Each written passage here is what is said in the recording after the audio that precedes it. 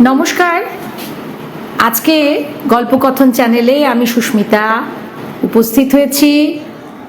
সামনে রবীন্দ্র জয়ন্তী, ওই মহামানব আসে, দিকে দিকে রোমাঞ্চ লাগে, মর্তধূলির ঘাসে ঘাসে। আমরা সেই রোমাঞ্চে এখনো রোমাঞ্চিত হই। আমরা রবীন্দ্রনাথের চেতনায়, তার দর্শনে আমরা ভাবিত হই। আজকে ভাই শ্রোতা বন্ধুরা, আপনাদের জন্য আমি আজকে নিয়ে এসেছি সেই বিশ্ববরেণ্য সাহিত্যিক রবীন্দ্রনাথ ঠাকুরের লেখা অত্যন্ত প্রসিদ্ধ ও জনপ্রিয় একটি লেখা স্ত্রীর পত্র নিয়ে। আসুন তাহলে আমরা শুনি স্ত্রীর পত্র। শ্রীচরণ কমলেশু, আজ 15 বছর আমাদের বিবাহ হয়েছে।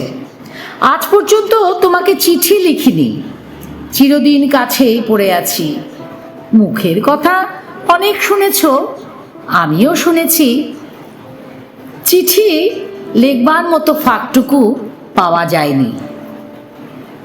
আজ আমি এসেছি তীর্থ করতে শ্রীক্ষেত্রে। তুমি আছো তোমার আপিসের কাজে। শামুকের সঙ্গে খোলসের যে সম্বন্ধ, কলকাতার সঙ্গে তোমার তাই। সে তোমার দেহ মনের সঙ্গে এঁটে দিয়েছে, তাই তুমি আপিসে ছুটির দরখাস্ত করলে না। বিধাতার তাই অভিপ্রায় ছিল, তিনি আমায় ছুটির দরখাস্ত মঞ্জুর করলেন। আমি তোমাদের মেজ বউ।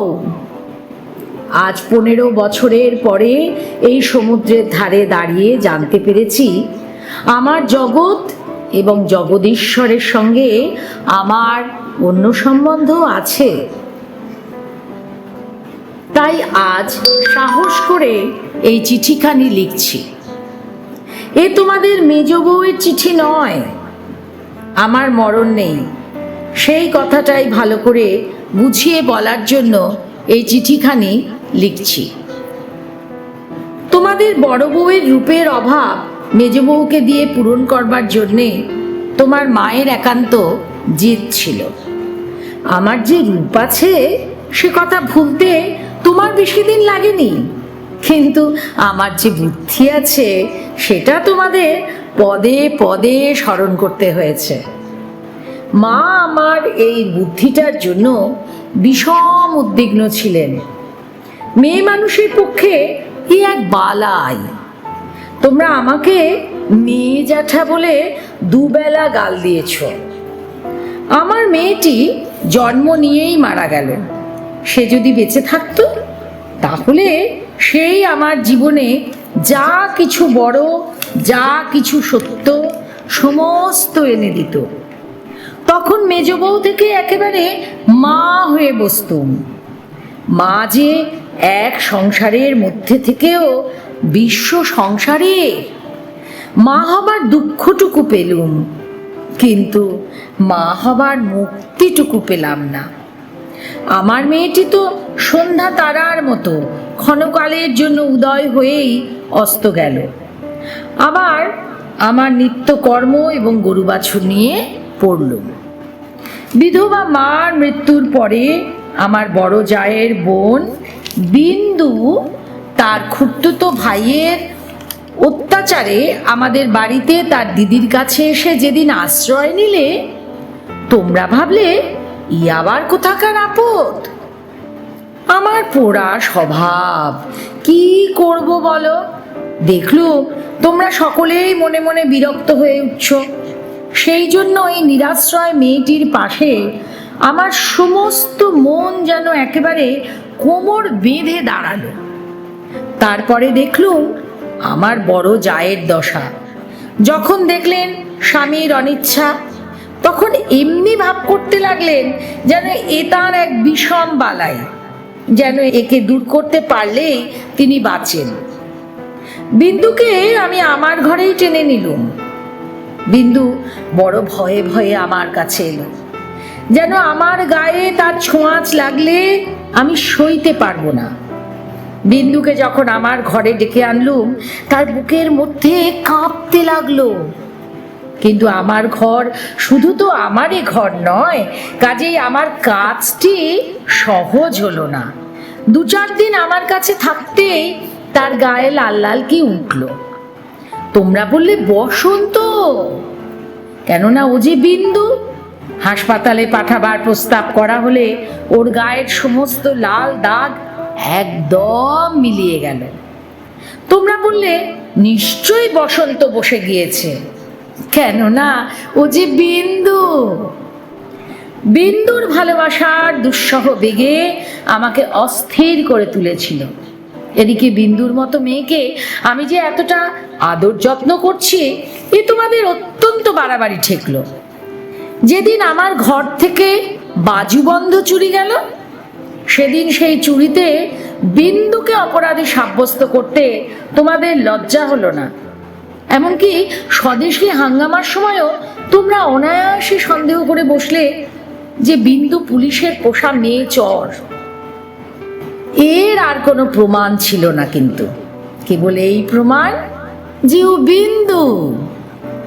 অবশেষে বিন্দুকে নিজের শক্তিতে বিদায় করতে না পেরে তোমরা প্রজাপতি দেবতার শরণাপন্ন হলে। বিন্দুর বিয়ে ঠিক হলো।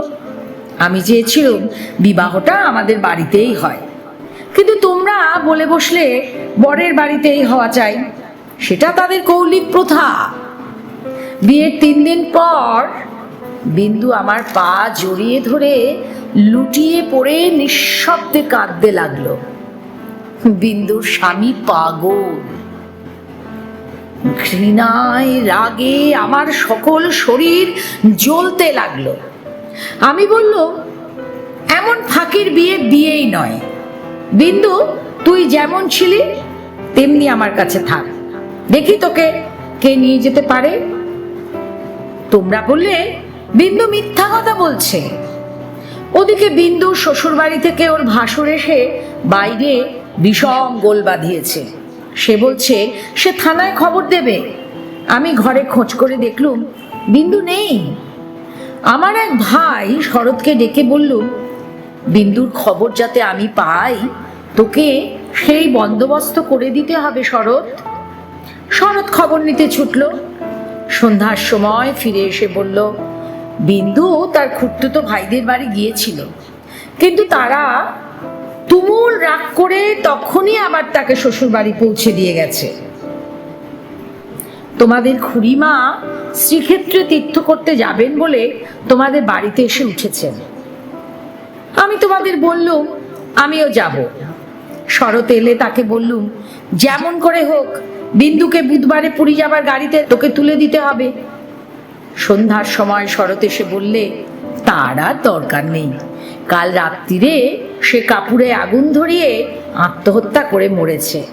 তোমার নামে সে একটা চিঠি রেখে গিয়েছিল, কিন্তু সে চিঠি ওরা নষ্ট করেছে। তোমরা বললে, এই সমস্ত নাটক করা। তা হবে। আমি তীর্থে এসেছি, বিন্দুর আর আসবার দরকার হলো না। কিন্তু আমার দরকার ছিল। দুঃখ বলতে লোকে যা বোঝে তোমাদের সংসারে তা আমার ছিল না। কিন্তু আমি আর তোমাদের সেই 27 নম্বর মাখন বড়ালের গলিতে ফিরব না। আমি বিন্দুকে দেখেছি। সংসারের মাঝখানে মেয়ে মানুষের পরিচয়টা যে কি তা আমি পেয়েছি। আর আমার দরকার নেই। তোমাদের গলিকে আর আমি ভয় পাইনি। আমার সম্মুখে আজ নীল সমুদ্র, আমার মাথার উপরে আষাঢ়ের মেঘপুঞ্জ। তুমি ভাবছো আমি মরতে যাচ্ছি? ভয় নেই। অমন পুরনো ঠাট্টা তোমাদের সঙ্গে আমি করব না। মীরাবাই তার গানে বলেছিল, ছাড়ুক বাপ, ছাড়ুক মা, ছাড়ুক যে যেখানে আছে, মীরা কিন্তু লেগেই রইল। প্রভু, তাতে তার যা হবার তা হোক। এই লেগে থাকাই তো বেঁচে থাকা। আমিও বাঁচব। আমি বাঁচলুম। তোমাদের চরণ তলাশ্রয় ছিন্ন মৃণাল।